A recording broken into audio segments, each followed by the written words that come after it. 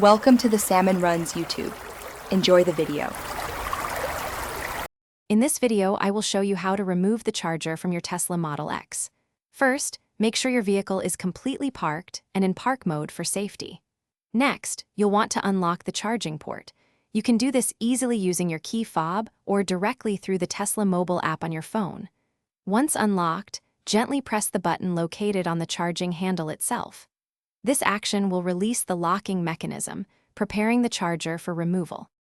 After pressing the button, carefully pull the charging handle straight out from the port.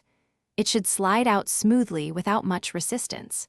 It's important to avoid twisting or forcing the handle, as this could damage the port or the charger itself. Once the handle is fully removed, you can either manually close the charging port door, or it will automatically close after a few seconds, securing the port. Sometimes, the charger might feel a bit stuck. If this happens, try unlocking your car again using the Tesla app or your key fob. This often resets the lock. Also, take a quick look inside the charging port for any visible obstructions or debris that might be preventing a smooth release.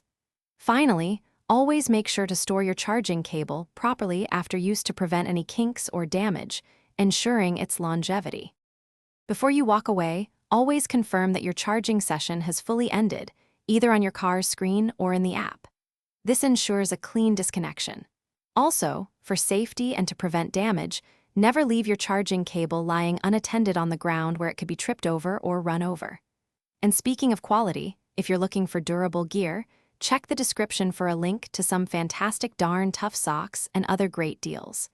They truly last a lifetime. Thanks for watching. Consider subscribing if we helped you.